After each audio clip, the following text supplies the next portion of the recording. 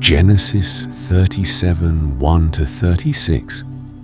Jacob lived in the land where his father had stayed, the land of Canaan. This is the account of Jacob's family line. Joseph, a young man of 17, was tending the flocks with his brothers, the sons of Bilhah and the sons of Zilpah, his father's wives, and he brought their father a bad report about them. Now Israel loved Joseph more than any of his other sons, because he had been born to him in his old age, and he made an ornate robe for him. When his brothers saw that their father loved him more than any of them, they hated him and could not speak a kind word to him. Joseph had a dream, and when he told it to his brothers, they hated him all the more. He said to them, "Listen to this dream I had.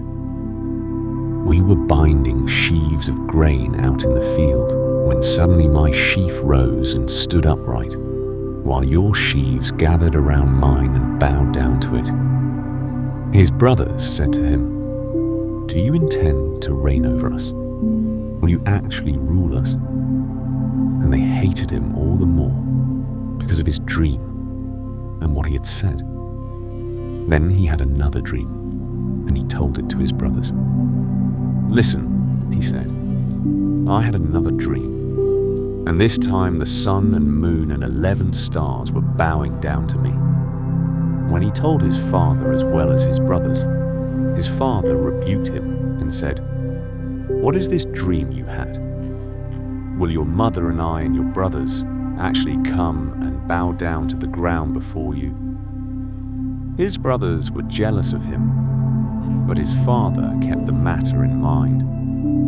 Now his brothers had gone to graze their father's flocks near Shechem, and Israel said to Joseph, "As you know, your brothers are grazing the flocks near Shechem. Come, I am going to send you to them." "Very well," he replied. So he said to him, "Go and see if all is well with your brothers and with the flocks, and bring word back to me." Then he sent him off from the valley of Hebron. When Joseph arrived at Shechem, a man found him wandering around in the fields and asked him, "What are you looking for?" He replied, "I'm looking for my brothers. Can you tell me where they are grazing their flocks?" "They have moved on from here," the man answered. "I heard them say, 'Let's go to Dothan.'" So Joseph went after his brothers and found them near Dothan. But they saw him in the distance, and before he reached them, they plotted to kill him. "Here comes that dreamer," they said to each other. "Come now, let's kill him and throw him into one of these cisterns and say that a ferocious animal devoured him. Then we'll see what comes of his dreams." When Reuben heard this, he tried to rescue him from their hands. "Let's not take his life," he said. "Don't shed any blood. Throw him into this cistern here in the wilderness, but don't lay a hand on him." Reuben said this to rescue him from them and take him back to his father. So when Joseph came to his brothers, they stripped him of his robe, the ornate robe he was wearing, and they took him and threw him into the cistern. The cistern was empty. There was no water in it. As they sat down to eat their meal, they looked up and saw a caravan of Ishmaelites coming from Gilead. Their camels were loaded with spices, balm and myrrh, and they were on their way to take them down to Egypt. Judah said to his brothers, "What will we gain if we kill our brother and cover up his blood? Come, let's sell him to the Ishmaelites and not lay our hands on him. After all, he is our brother, our own flesh and blood." His brothers agreed. So when the Midianite merchants came by, his brothers pulled Joseph up out of the cistern and sold him for 20 shekels of silver to the Ishmaelites, who took him to Egypt. When Reuben returned to the cistern and saw that Joseph was not there, he tore his clothes. He went back to his brothers and said, "The boy isn't there. Where can I turn now?" Then they got Joseph's robe, slaughtered a goat, and dipped the robe in the blood. They took the ornate robe back to their father and said, "We found this. Examine it to see whether it is your son's robe." He recognized it and said, "It is my son's robe. Some ferocious animal has devoured him. Joseph has surely been torn to pieces." Then Jacob tore his clothes, put on sackcloth, and mourned for his son many days. All his sons and daughters came to comfort him, but he refused to be comforted. "No," he said, "I will continue to mourn until I join my son in the grave." So his father wept for him. Meanwhile, the Midianites sold Joseph in Egypt to Potiphar, one of Pharaoh's officials, the captain of the guard. Genesis 38, 1-30. At that time, Judah left his brothers and went down to stay with a man of Adullam named Hira. There, Judah met the daughter of a Canaanite man named Shua. He married her and made love to her. She became pregnant and gave birth to a son who was named Er. She conceived again and gave birth to a son and named him Onan. She gave birth to still another son and named him Shelah. It was at Kezib that she gave birth to him. Judah got a wife for Er, his firstborn, and her name was Tamar. But Er, Judah's firstborn, was wicked in the Lord's sight, so the Lord put him to death. Then Judah said to Onan, "Sleep with your brother's wife and fulfill your duty to her as a brother-in-law, to raise up offspring for your brother." But Onan knew that the child would not be his. So whenever he slept with his brother's wife, he spilled his semen on the ground to keep from providing offspring for his brother. What he did was wicked in the Lord's sight, so the Lord put him to death also. Judah then said to his daughter-in-law Tamar, "Live as a widow in your father's household until my son Shelah grows up," for he thought he may die too, just like his brothers. So Tamar went to live in her father's household. After a long time, Judah's wife, the daughter of Shua, died.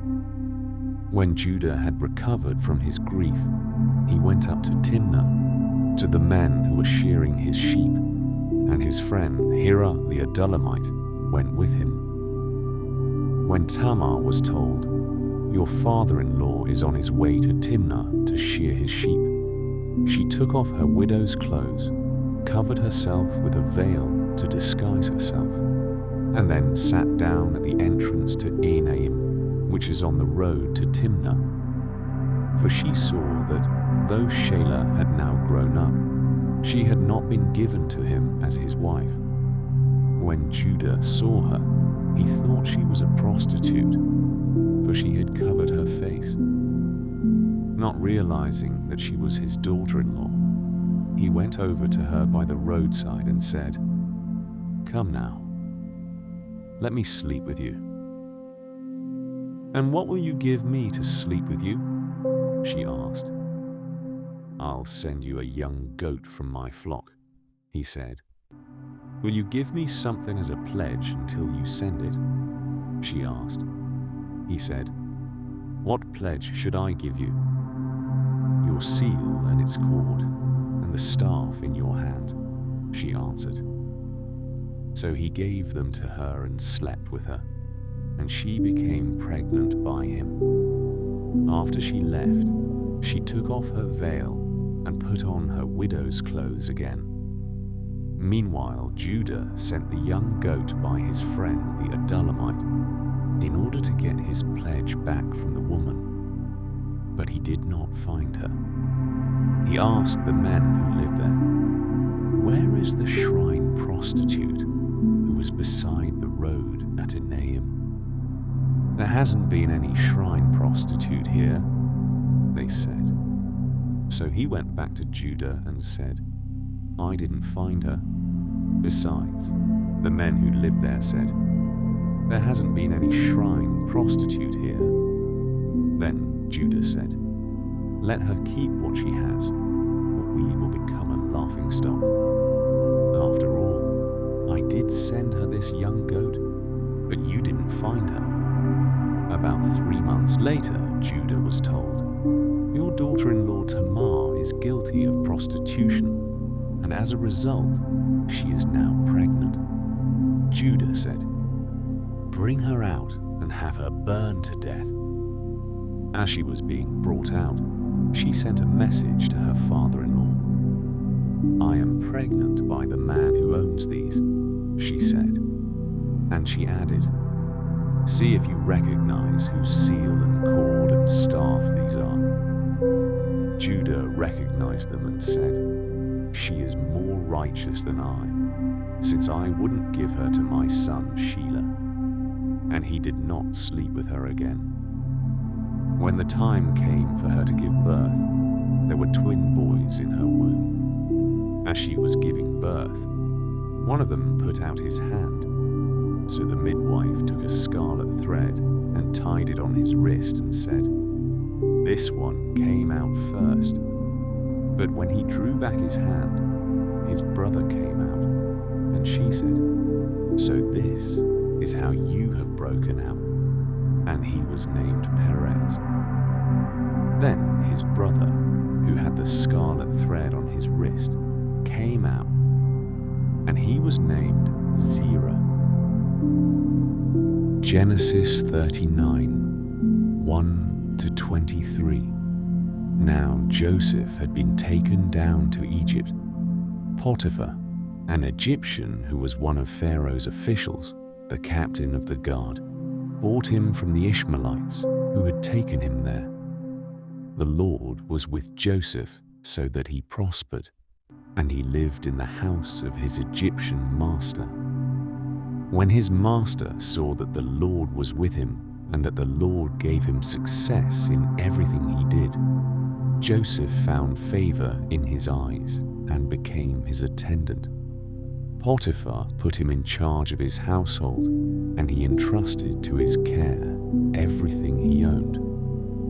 From the time he put him in charge of his household and of all that he owned, the Lord blessed the household of the Egyptian because of Joseph. The blessing of the Lord was on everything Potiphar had, both in the house and in the field. So Potiphar left everything he had in Joseph's care. With Joseph in charge, he did not concern himself with anything except the food he ate.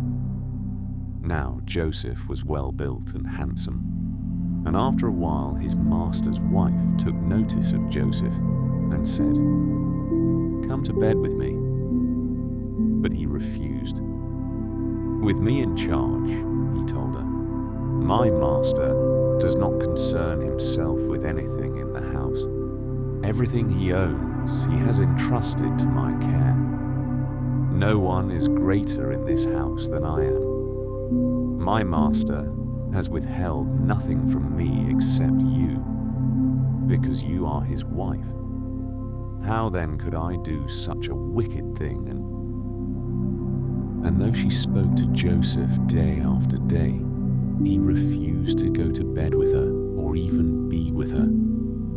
One day, he went into the house to attend to his duties, and none of the household servants was inside. She caught him by his cloak and said, "Come to bed with me." But he left his cloak in her hand and ran out of the house. When she saw that he had left his cloak in her hand and had run out of the house, she called her household servants. "Look," she said to them, "this Hebrew has been brought to us to make sport of us. He came in here to sleep with me, but I screamed. When he heard me scream for help, he left his cloak beside me and ran out of the house. She kept his cloak beside her until his master came home. Then she told him this story. That Hebrew slave you brought us came to me to make sport of me. But as soon as I screamed for help, he left his cloak beside me and ran out of the house. When his master heard the story, his wife told him, saying, 'This is how your slave treated me.' He burned with anger. Joseph's master took him and put him in prison, the place where the king's prisoners were confined. But while Joseph was there in the prison, the Lord was with him. He showed him kindness and granted him favor in the eyes of the prison warden. So the warden put Joseph in charge of all those held in the prison, and he was made responsible for all that was done there. The warden paid no attention to anything under Joseph's care, because the Lord was with Joseph and gave him success in whatever he did.